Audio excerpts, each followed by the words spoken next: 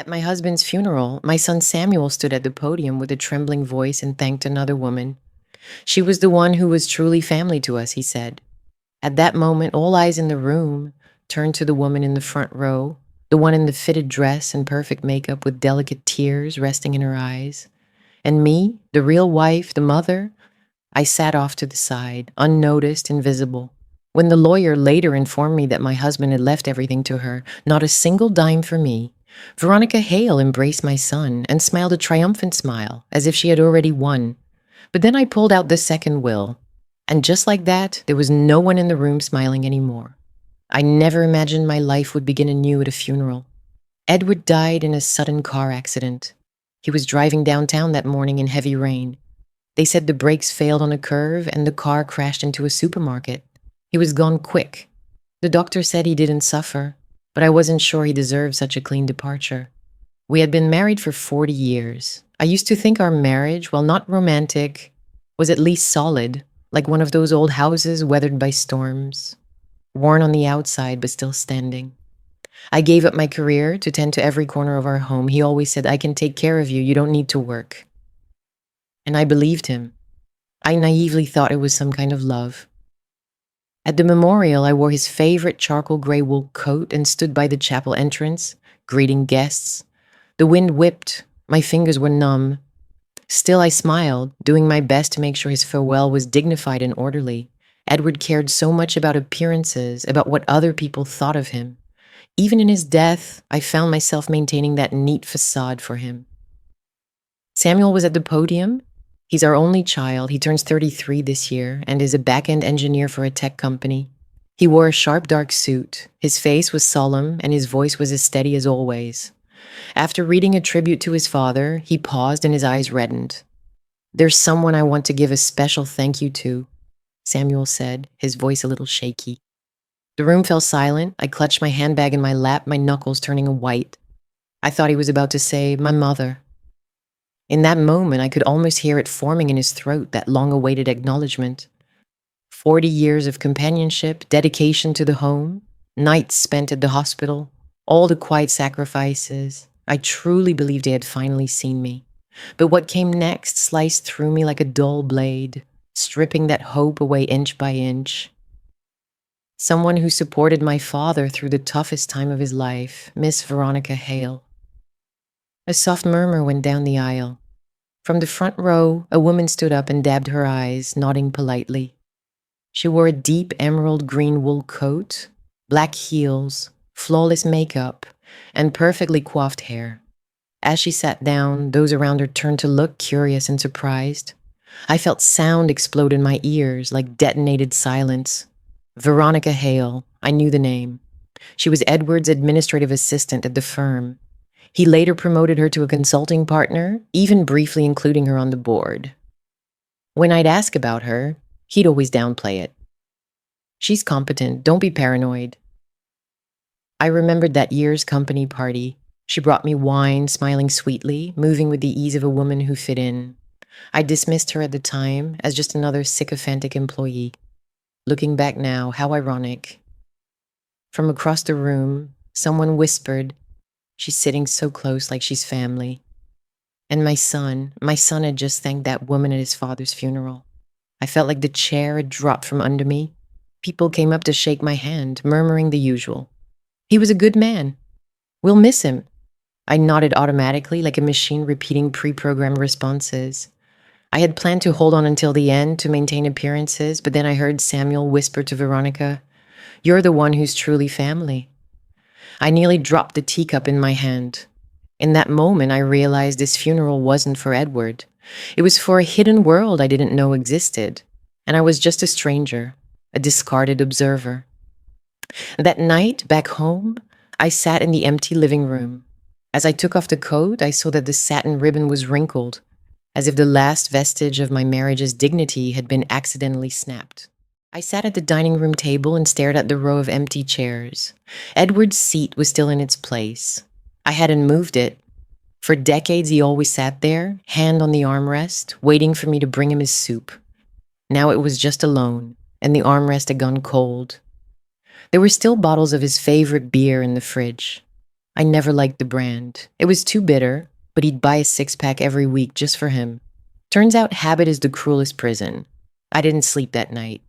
I pulled out photo albums. In the photos, we were still young. There was light in his eyes. I smiled easily back then. I even found an old employee ID from when I was a financial consultant at his firm. Short hair, self-assured, seated second from the right at every board meeting. Then he told me, "You should quit. I'll take care of everything." And I foolishly listened. I closed the album and poured myself a glass of water. The kitchen clock ticked. I realized all the pride, all the patience I had once poured into keeping our marriage intact had been buried the moment he died. What I didn't know, however, was that beneath all this was a deeper betrayal. The next morning, every word I heard in the lawyer's office felt like a line from a life script I was never invited to read. The air smelled faintly of ink and old wood cabinets. A faded print of the Constitution hung crooked on the wall, and sunlight filtered through the blinds, slicing the floor into narrow strips of light. It was the law firm Edward had designated before his death. The lead lawyer was a man in his 50s, with a slow, heavy voice. Every syllable was drawn out as if to underscore something unsaid. "Pursuant to the will signed by Mr. Edward Carter 3 years ago," he began with mechanical calm, "the majority of his assets, including the main residence in Summerall, the vacation property in Nantucket, and the remaining balance of his personal accounts, shall be inherited by Ms. Veronica Hale." I wasn't just stunned. I felt like I'd been pushed off the main stage of my own life, left standing behind the curtain in a dead spotlight, unsure if I had ever truly played the part I thought was mine.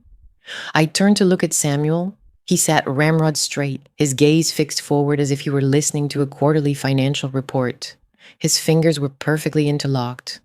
Not a hint of surprise, not a shift in his expression, as if he had known all along. When the reading was over, I stood up and walked over to him. "You knew," I said in a low, trembling voice. "Didn't you?" He looked at me with a strangely serene tone. "Dad had his reasons." "His reasons?" I whispered, the words choked in my throat. What did 40 years of marriage mean to him? Samuel was silent for a moment, then said, "He worked hard his whole life. Veronica was there for him. She understood him." He lowered his voice almost apologetically. "You didn't." In that moment, I saw it clearly. Not only had I lost my husband, I was losing my son. He wasn't defending his father's memory. He was redrawing the family tree and erasing me from the map. When I got home, I stood in the driveway for what felt like an eternity, the weight of my handbag numbing my arm. I went into the bedroom and opened Edward's closet. His shirts, ties, and wool vests were still perfectly arranged with that familiar scent of refined decorum. But what lies were woven into those fibers? When did he decide I was no longer family? Was it the year I forgot to buy his favorite wine for our anniversary? Or before that, when I quit my job as his financial consultant and just became a housewife? I started searching through the drawers for proof I wasn't crazy. Old ledgers, photos, receipts, old business cards. In the kitchen drawer, I found a folder of letters Edward had kept. One was from the Nantucket Property Management Company. The date was 6 years ago. The recipient, Veronica. My hands were shaking. I had been to that house by the sea countless times, not realizing I was just a guest. That afternoon, I walked across the street to visit Marjorie, our longtime neighbor. She was a widow in her late 70s, with a sharp memory and a garden brimming with roses. When I mentioned Veronica's name, her face stiffened. "Veronica, wasn't she the one Edward would take to those symphonies?" she asked, raising an eyebrow. "You didn't go with them?" I forced a smile. My mouth was dry. I never really liked social events much. Marjorie shifted in her seat. "Oh, I always thought they were an item. She's been on this street several times. One year she helped Edward put up the Christmas lights." I froze. That Christmas, I was stuck upstairs with a swollen knee. Edward had told me a neighborhood boy had helped him. "Do you remember when they started getting close?" I asked. Marjorie stirred her tea, thinking. "At least 10, maybe 15 years ago. I remember seeing her around here when you were away taking care of your sister." 15 years. I sat in Marjorie's sunroom feeling like a stranger who had walked into the wrong house. All these years, I had managed our retirement budget down to the last penny. I had chosen his bathrobes, scheduled his physicals, and even dipped into my parents' last savings to rescue his company during a cash crisis. And he'd been building golden bricks for another woman's future, out of my sight, out of my reach. Returning home, I finally found an old cardboard box in the basement filled with photos. There was Edward standing next to Veronica at a company event. His hand rested gently on her arm, smiling a radiant smile like never before. He looked relaxed, younger, happier than he ever looked beside me. And in one photo, there was Samuel, barely 18 or 19, standing with them. His smile was nervous, but not reluctant. One corner of the photo was marked out. I rubbed it gently with an eraser and uncovered a line written in pen. Our little family will be official one day. I could almost hear something break in my chest. It wasn't a heart, it wasn't glass. It was something deeper, something called trust. And it would never be whole again. That night, I sat alone in the living room, with every light off except a dim glow from the lamp beside the sofa. Shadows crawled up the walls like silent confessions. The house felt heavier. Or maybe it was just me, the weight of a life that had never really been mine pressing down on my ribs. At around 11:20 p.m., the doorbell rang. I froze. Hardly anyone visited at that hour. My mind jumped first to the worst possibilities, an accident, an emergency, the police. But when I looked through the peephole, I saw Veronica standing on my porch. She wasn't crying. She wasn't distraught. She wasn't even nervous. She looked collected, elegant, almost serene. I opened the door only halfway. "What are you doing here?" I asked coldly. She folded her scarf neatly, as if she were stepping into a boutique. "I thought it was time," she said softly. "Time you and I spoke. Directly." I didn't respond, just stepped aside enough for her to enter, though my whole body protested. She walked into my living room like she had been there before. Maybe she had. Maybe I just never knew. She sat on the end of the couch, her posture pristine, legs crossed at the ankle, hands clasped gently in her lap. "I know this has been difficult for you," she began. I let out a short, bitter laugh. "Difficult? My husband left 80% of his possessions to you. My son supports you. And you're sitting in my living room like you own the place." She blinked, slow and painful, like she had expected the hostility, but not its sharpness. "I didn't ask for any of it," she said quietly. "No," I said, "you just accepted it." Her lips parted, but no words came out. If she'd rehearsed some sympathetic monologue, she couldn't find her way back to it now. After a moment, she said, "Edward loved you. He always respected you."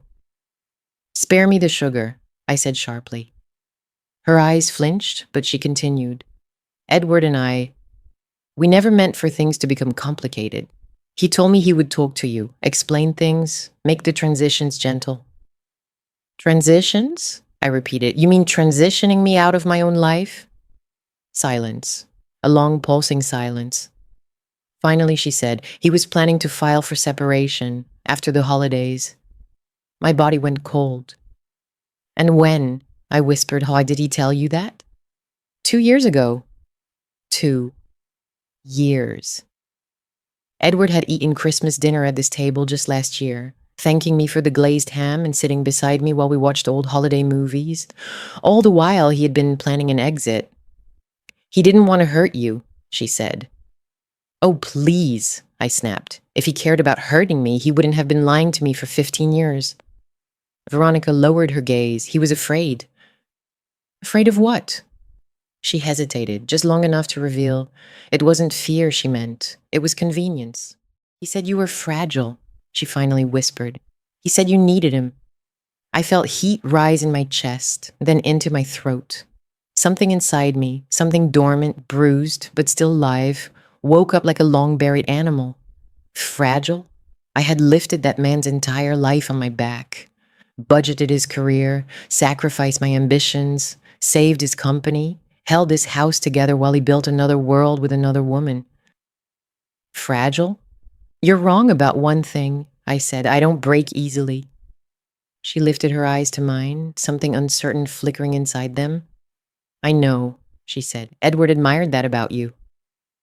Before I could respond, she reached into her purse and took out a small sealed envelope. This was his, she said. Something he wrote but never sent. I stared at it but didn't take it. She placed it gently on the coffee table. It isn't a confession, she added. It's something else. Something he wanted you to have when the time was right. My throat tightened. What makes you think now is the right time? She stood, smoothing out the sleeve of her coat.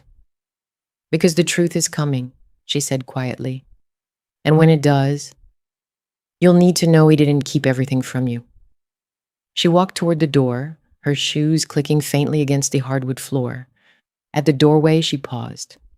I didn't come here as the woman he loved, she said. I came here as someone who knows what it feels like to be left behind. I didn't answer. The door clicked shut behind her, and all that remained was the envelope on the table, staring at me like an unblinking eye. Inside it, whatever it held, was the next piece of a life I was no longer sure I had ever truly understood. Stared at the envelope for nearly an hour before touching it. It sat there on the coffee table, small and cream-colored, sealed so neatly it looked untouched by time. Almost innocent, almost harmless, but I knew better. Nothing about Edward's secrets had ever been harmless. When I finally picked it up, my fingers trembled, not because I feared heartbreak, but because I feared answers. Answers meant clarity. Clarity meant accepting that my life had been built on a foundation of fog. I slid my thumb under the flap. Inside was a single sheet of paper, folded into thirds. The handwriting was unmistakable, confident, elegant, slightly leaning to the right. Edward always said handwriting revealed the soul. If that were true, maybe this was the first time I would ever truly meet his. I unfolded the letter slowly. It read, My dear Helen, if you are reading this, I have failed you in more ways than I ever intended. I know you believe I stayed by your side out of obligation or fear. That is only part of the truth. There is something you were never told. Something I should have said years ago. Samuel found out first. Then Veronica. I thought I would have time to tell you myself, but time is unfaithful. It slips through the hands of the cowards like me. You must forgive Samuel. He carries a burden I should have carried. As for you, you deserved more than I ever gave you. That was it, a half-finished confession, a riddle written by a dying man. I read it again and again. Samuel found out first, then Veronica. Found out what? What did they both know that I didn't? And why did Edward say Samuel was carrying a burden? The kettle whistled in the kitchen, and I hadn't even remembered turning it on. I poured myself tea with mechanical movements, unable to pull my mind away from the letter. There was no mention of love, no apology, no explanation, just fragments, dangling clues, suspended between lies and truth. I needed more. The next morning, I drove to the office Edward had used for the last 20 years, his private accounting firm downtown. I hadn't been there since I left my job years ago. I still had a spare key in my purse, tucked behind old receipts and expired lipstick. The hallway smelled of dust and stale coffee. I unlocked the door and stepped inside. His desk was immaculate, of course it was. Edward believed order was a form of morality. I began searching the drawers. Nothing unusual, just files, staplers, calculators, old tax returns. Then I saw it. A small burgundy notebook with a thin gold ribbon sticking out from the middle. Edward never kept journals. He always said, if you live honestly, you don't need to write things down. Another lie. My pulse quickened as I opened to the bookmarked page. The handwriting was his, but the words were something else entirely. Dr. Mercer said the symptoms will worsen. Samuel suspects more than he lets on. Veronica knows to prepare. I fear Helen will never forgive me. I cannot tell her, not yet, not until I confirm the results. If the tests come back positive, everything will change. My heart stopped. Tests? Symptoms, Dr. Mercer? I flipped to the previous page. More notes. Memory lapses increasing. Confusion at the office. Forgetting names on reports. If this is what I think it is, I don't want Helen to watch me disappear. A cold wave washed through me, numbing every bone. This wasn't an affair diary. This wasn't about love. This wasn't about betrayal. Edward had been hiding something far worse. He had been sick, very sick.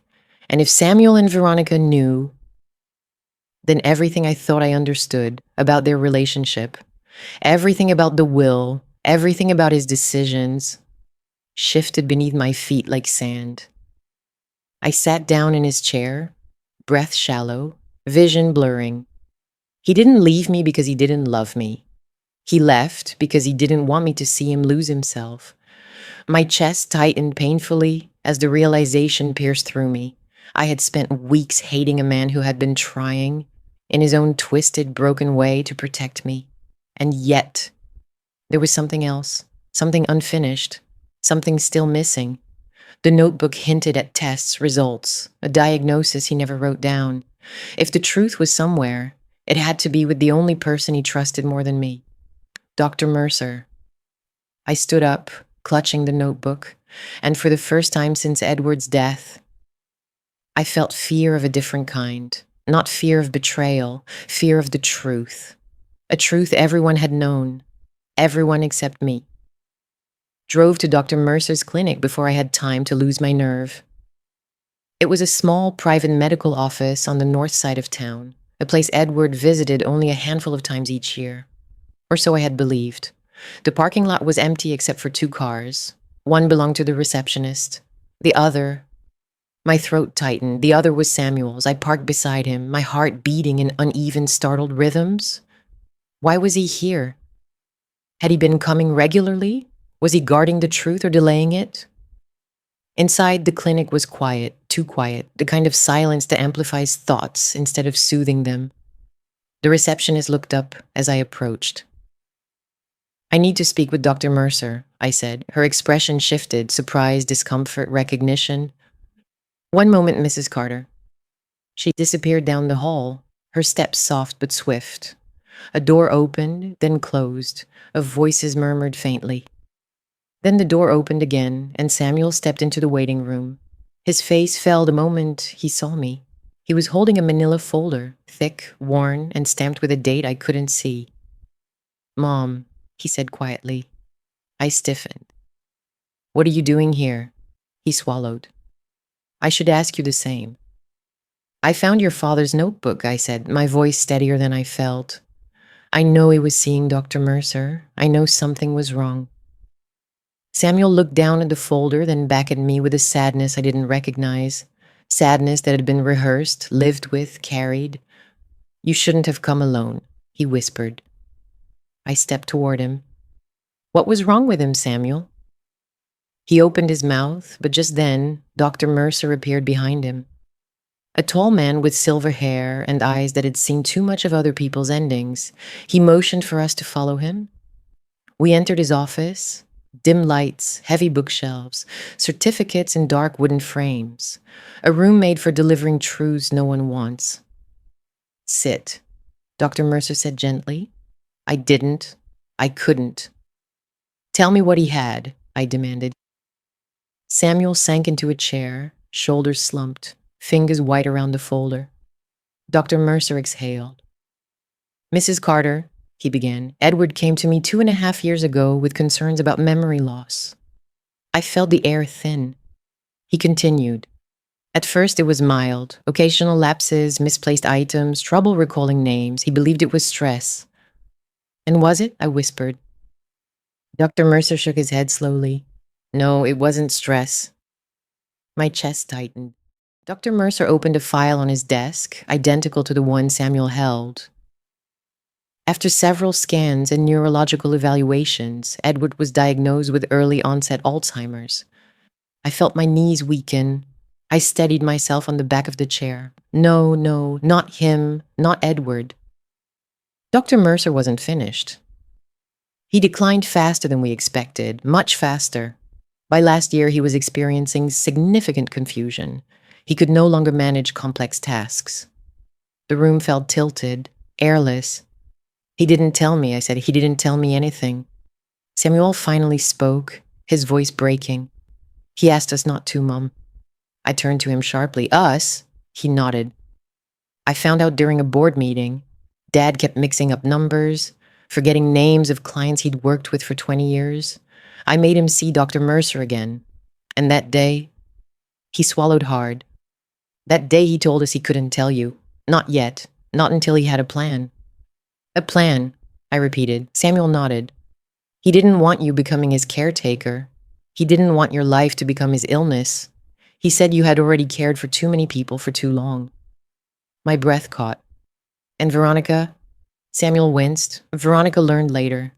Dad trusted her with practical decisions, contracts, paperwork, the will. My voice dropped to a hollow whisper. Not me. He thought protecting you meant keeping you out of it, Samuel said. He didn't want you watching him fall apart. I stared at him, at my son, who had been carrying this secret, this burden, all while watching me unravel from anger I didn't even deserve to feel. Moments passed before Dr. Mercer added quietly, he didn't hide it because he didn't trust you. He hid it because he loved you, and because he was ashamed. Ashamed. Edward, proud, controlled, immaculate Edward, too ashamed to let me see him fade. I closed my eyes as tears finally escaped, the kind that burn, not from grief but from clarity. But clarity came with another shadow, something darker, something unfinished. I opened my eyes. How long did he have, doctor? According to the progression? Dr. Mercer hesitated. 5 to 7 years. But in Edward's case, it advanced abnormally fast. Fast enough, I said slowly, that he should not have been driving last year. Samuel looked up sharply. Mom, no, I said, a tremor in my voice. He was confused, forgetful, losing names, losing direction. A realization slammed into me like cold metal. His car accident, I whispered. The one last winter, the one he insisted was just black ice. Samuel's face drained of color. Dr. Mercer stayed silent because the truth didn't need words. Edward hadn't died by chance. He hadn't died by winter roads. He had been disappearing long before the crash. And now the final, terrible question rose in me like a scream. Was it really an accident? Or something else, something deliberate, something hidden in the silence of a man who didn't want to be remembered as a ghost of himself? The drive home from Dr. Mercer's clinic felt unreal. The world outside my windshield looked the same. Cars, people, storefronts, leaves blowing across sidewalks. But nothing felt the same. Everything I thought I knew about Edward's betrayal, about Veronica, about Samuel, about myself, had been shaken, rearranged, turned inside out. But there was still one truth I needed, one truth no one had said out loud. When I pulled into the driveway, I saw someone sitting on my front steps, Veronica, again. But this time, her posture was different. She wasn't composed, immaculate, or unshakably calm. She looked undone. Her coat was wrinkled, her hair slightly messy, her hands clasped so tightly her knuckles were white. When she saw me step out of the car, she stood. You spoke to Dr. Mercer, she said. It wasn't a question, it was a certainty. Yes, I said, and you know. Yes, I repeated. Her shoulders fell, as though she'd been holding her breath for months. I'm not here to defend myself, she said quietly. Not anymore. You deserve the truth, all of it. I didn't invite her inside. We stayed on the porch, the wind cold between us. She took a moment to gather herself before speaking. The day of the accident, she began, Edward called me in the morning. He sounded off, more confused than usual. My heart tightened. He told me he was going to drive to the lawyer's office. He said there were documents he needed to sign. I begged him not to. I told him to wait. I told him I would come get him. Her voice cracked slightly. But he insisted. He said he didn't want to rely on anyone, not even me. He sounded angry, desperate, like he was fighting something inside his own mind. My throat ached. She went on. A few hours later, Samuel called me. He said the police found his car off the embankment. Black ice, they said, a steep curve, instant. She closed her eyes. But I knew what really happened. I didn't breathe. She opened her eyes and looked straight into mine. Edward wasn't trying to get to the lawyer's office, she said softly. He was trying to outrun what was happening to him. The wind stilled. Even the trees seemed to lean in. He told me a week earlier, she whispered, that he didn't want to be a burden, that he didn't want you or anyone to watch him crumble. He said he'd rather die himself than have the disease take him piece by piece. My stomach turned. You're saying he... I couldn't finish. She nodded, voice trembling. I think he let go of the wheel. The world blurred for a second, like sound had dimmed and light had gone soft around the edges. I had hated him. I had mourned him. I had cursed him. But I had never imagined this. Veronica continued. Samuel doesn't know. He thinks it was just the illness. He doesn't need to carry that weight, but I couldn't keep it from you, not anymore. My chest tightened painfully. A sinking, suffocating mix of grief, rage, and something else. Something hollow. I whispered, why didn't he tell me? Tears filled her eyes. Because you were the one person he couldn't bear to break. I stood in silence. The porch, the street, the sky. They all felt impossibly distant. Then Veronica slowly reached into her purse and pulled out a small object. A key. She placed it in my hand. This was Edward's, she said. He asked me to keep it until the right time. A key to what? I asked. The Nantucket house, she said. The master bedroom closet has a safe. Everything he never told you is in there. The key felt heavier than metal, heavier than truth. Veronica stepped back, giving me space. I hope, she said softly, that whatever you find there brings you peace. She walked away slowly, almost trembling, until she disappeared down the street. I stood on the porch alone, clutching the key, my heart beating with a new terrible certainty. Whatever Edward left in that safe, whatever final truth he locked away, it was meant for me, only me, and it would change everything. I didn't sleep that night. I lay in bed with the key on the nightstand, its metallic glint catching every slice of moonlight like it was watching me, waiting, breathing with me. By morning, the decision had already made itself. I packed a small bag, locked the house, and drove straight to Nantucket. The farther I got from home, the more the air changed. The smell of salt water drifted through the vents. The sky opened into a wide, pale gray. By the time I reached the coastline, waves were crashing against the rocks with a quiet, relentless rhythm. Edward's Nantucket house stood exactly as I remembered it, white shingles, blue trim, the whisper of seagrass around the porch. But today, it felt like something else entirely, like a vault, a confession, a place waiting to expose everything I thought I already knew. I unlocked the front door and stepped inside. The faint scent of cedar lingered in the air. His favorite cologne still clung to the hallway like a ghost, subtle, stubborn, familiar. I walked upstairs. The master bedroom was undisturbed, everything perfectly in place. Edward had always been meticulous, but now the order felt suffocating, like a man trying to preserve control as the world slipped from his hands. The closet was exactly where I remembered, and inside it, behind his neatly pressed shirts, was the safe. I sat on the floor. The wood creaked under me. My hands shook as I inserted the key. It turned. A soft click. The door swung open. Inside were 3 items: a stack of documents bound with a rubber band, a small velvet pouch, a sealed letter with my name on the front. My breath caught. I reached for the documents first. They were medical files, scan results, neurological reports, handwritten notes from Dr. Mercer, a timeline of Edward's cognitive decline, dated, logged, underlined. Each page felt like a wound. He had known for almost 3 years before I saw a single sign. Then I opened the velvet pouch. A wedding ring. His. Not the one he wore daily. This was different. Thicker, heavier, engraved on the inside. I held it to the light. To H. My beginning. My forgiveness. My end.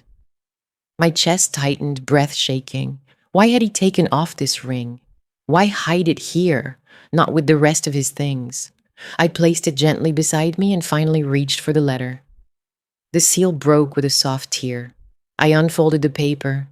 Edward's handwriting flowed across the page, steady, practiced, heartbreakingly familiar. My beloved Helen, if you are reading this, then I am gone, and the truth I could never speak must finally be yours. I did not leave you for another woman. I did not fall out of love with you, and I did not give my life to someone else. I gave it to time, And time betrayed me. I learned of the Alzheimer's long before I could face it. I told myself I was protecting you by hiding it, that you would be spared the slow, cruel unraveling of the man you married. But the truth is simpler. I was afraid. Afraid of what you would see. Afraid of what I would become. You who always saw every detail, every flaw, every weakness. I could not bear for your last memories of me to be confusion or fear or emptiness. You were the strongest person I have ever known. And I, despite my pride, was always weaker than you ever realized. I did not want you to carry me into oblivion. I wanted you to live, truly live. Samuel knows the practical things. Veronica knows the legal things. But only you know the parts of me worth remembering. And only you deserve this truth. I loved you until my mind could no longer hold the shape of your name. And even then, some part of me still reached for you. Forgive me, not for the secrets, but for the cowardice. My vision blurred.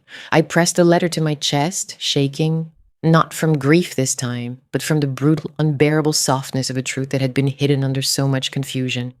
Edward had not abandoned me. He had been disappearing, piece by piece.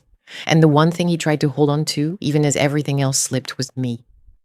I sat there on the floor for a long time, surrounded by evidence of a man terrified of becoming a shadow, desperate to protect me in the only way he knew. But as the waves crashed outside, another thought crept into my mind. The final question lodged like a thorn. If he loved me so deeply, why did he leave most of his life to Veronica? Why her? Why not me? The safe held only the emotional truth, the practical truth, the legal truth, the decision that had shattered everything and still remained in darkness. And something told me that part of the story wasn't about illness or fear or love.